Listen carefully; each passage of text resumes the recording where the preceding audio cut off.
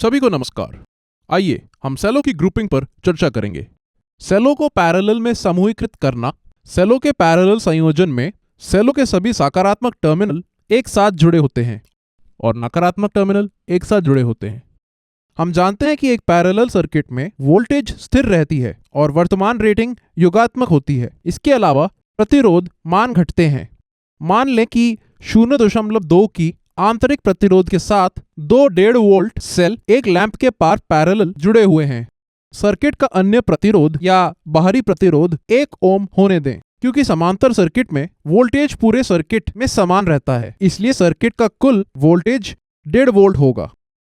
समांतर जुड़े प्रतिरोध का समतुल्य मान निम्न सूत्रों का उपयोग करके पाया जा सकता है। 1/R is equal to 1/R1 plus 1/R2।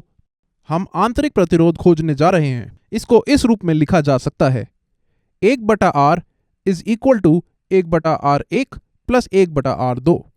सूत्र में आंतरिक प्रतिरोध के संगत मान को प्रतिस्थापित करें। 1/R is equal to 1/0.2 plus 1/0.2, यानी कि 1/R is equal to 5 plus 5, 1/R is equal to 10। तो बन जाता है 1/R is equal to 1/10, R is equal to 0.1।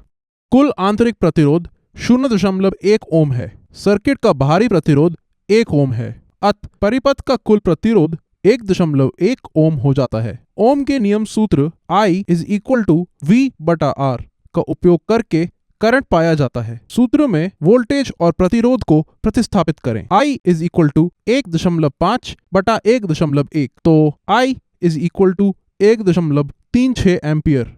श्रृंखला को सर्किट में जोड़कर एमीटर को उपयोग करके वर्तमान को मापें। यहाँ परिपथ की 2 शाखाएं हैं, अतः 2 करंट I1 और I2 होंगी। क्योंकि 2 शाखाओं के समान मान है, कुल वर्तमान I को I1 और I2 के समान रूप में विभाजित किया गया है। अतः हम इसे इस प्रकार लिख सकते हैं: I is equal to 1 plus I2। I/2 बराबर है 1.36/2 के। तो करंट I1 और I2 क्रमशः 0.68 और 0.68 एम्पियर हैं। श्रृंखला में 2 शाखाओं में प्रत्येक 2 एमीटर को जोड़कर उपरोक्त मान सुनिश्चित करें।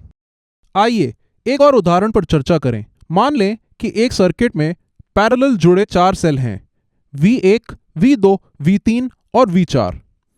प्रत्येक सेल में ओम के आंतरिक प्रतिरोध के साथ 2.5 वोल्ट होते हैं। 0.5 ओम 5 ओम के प्रतिरोधक भार से जुड़ा है।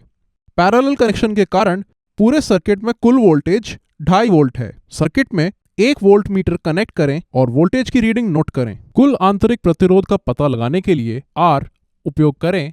1/R is equal to 1/R1 plus 1/R2 plus 1/R3 plus 1/R4। आंतरिक प्रतिरोध के मूल्य को प्रतिस्थापित करें। 1/R is equal to 1/0.5 plus 1/0.5 plus 1/0.5 plus 1/0.5, यानी कि 1/R is equal to 2 plus 2 plus 2 plus 2, यानी कि 1/R is equal to 4।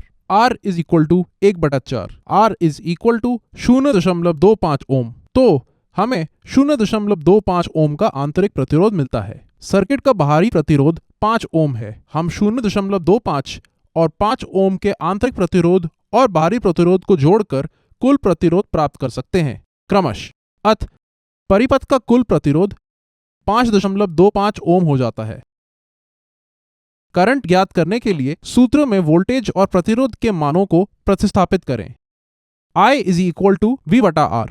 I is equal to 2.5/5.25, तो I is equal to 0.47 ampere. तो सर्किट की कुल करंट 0.47 एम्पियर है। क्योंकि वर्तमान मूल्य योगात्मक है, वे प्रत्येक शाखा से प्रवाहित होते हैं। आइए प्रत्येक शाखा के माध्यम से वर्तमान की गणना करें। यहाँ सर्किट में 4 शाखाएं होती हैं और प्रत्येक शाखा का प्रतिरोध का मान समान होता है, इसलिए करंट प्रवाहित होती है प्रत्येक शाखा के माध्यम से समान होगा। शाखाओं की संख्या से कुल करंट को विभाजित करके हम शाखा करंट प्राप्त कर सकते हैं। नतीजन शाखा current I/4 is equal to 0.47/4, यानी कि 0.11 एम्प। I1, I2, I3 और I4 is equal to I बटा 4 0.47 बटा 4 इज इक्वल टू 0.11 एम्पियर। इसलिए सभी शाखाओं के माध्यम से करंट 0.11 एम्पियर के बराबर है। एमीटर को श्रृंखला में कनेक्ट करें, प्रत्येक को सभी शाखाओं में और परिकलित वर्तमान मानों के साथ सत्यापित करें। मान लीजिए कि सर्किट में 5 शाखाएं हैं। शाखा करंट प्राप्त करने के लिए कुल करंट को 5 से विभाजित करें। आइए हम सेलों की श्रृंखला और समांतर कनेक्शन के संयोजन पर चर्चा करें। मान लीजिए कि एक परिपथ की 4 शाखाएं हैं। 4 शाखाएं एक दूसरे के पैरेलल जुड़ी हुई हैं। प्रत्येक शाखा में 3 सेल होते हैं। सर्किट 12 सेलों से बना है। प्रत्येक में 2 वोल्ट की वोल्टेज, 0.2 ओम का आंतरिक प्रतिरोध और 12 ओम का बाहरी प्रतिरोध है। लोड भर में मौजूद आउटपुट वोल्टेज की गणना करें। शाखा 1 में मौजूद वोल्टेज 6 वोल्ट है क्योंकि तीनों सेल श्रृंखला में जुड़े हुए हैं। यह अन्य 3 शाखाओं के लिए समान तरीके से होता है क्योंकि सभी शाखाओं में समान वोल्टेज मान वाले सेल की संख्या समान होती है। सर्किट के पैरेलल एक वोल्टमीटर जोड़कर परिकलित वोल्टेज को मापें। क्योंकि शाखाएं पैरेलल में जुड़ी हुई हैं, इसलिए पूरे सर्किट में 6 वोल्ट समान ही रहता है। यह लोड के पार भी मौजूद है क्योंकि लोड पूरे सर्किट में पैरेलल में जुड़ा हुआ है। आइए प्रतिरोध पर चर्चा करें। सबसे पहले हम आंतरिक प्रतिरोध की गणना करते हैं। सभी शाखाओं में सेल श्रृंखला में जुड़े हुए हैं, लेकिन शाखाएं पैरेलल में जुड़ी हुई हैं। शाखा 1 में प्रत्येक 0.2 ओम के 3 आंतरिक प्रतिरोध श्रृंखला में है। अतः कुल प्रतिरोध 0.6 ओम है। सभी शाखाओं में समान प्रतिरोध होता है। अब प्रत्येक शाखा में आंतरिक प्रतिरोध के रूप में 0.6 ओम होते हैं।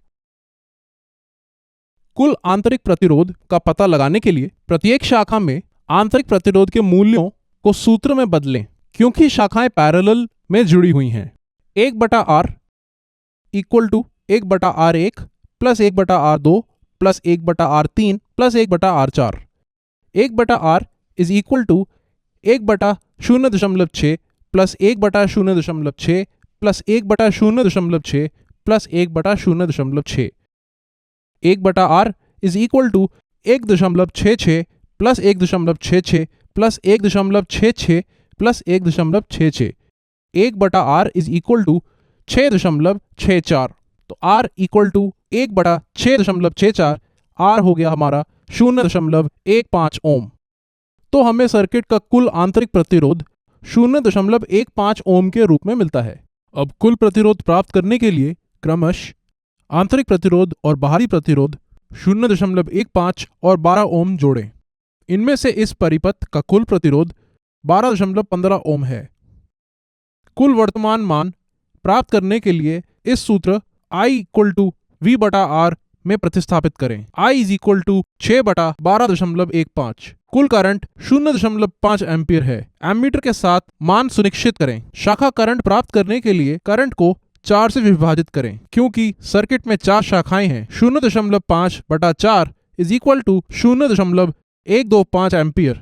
0.125 एम्पियर में करंट है जो प्रत्येक शाखा में प्रवाहित होता है। श्रृंखला में प्रत्येक शाखा में प्रत्येक एमीटर को कनेक्ट करें और सुनिश्चित करें कि सभी एमीटर वर्तमान के 0.125 एम्पियर को पढ़ते हैं।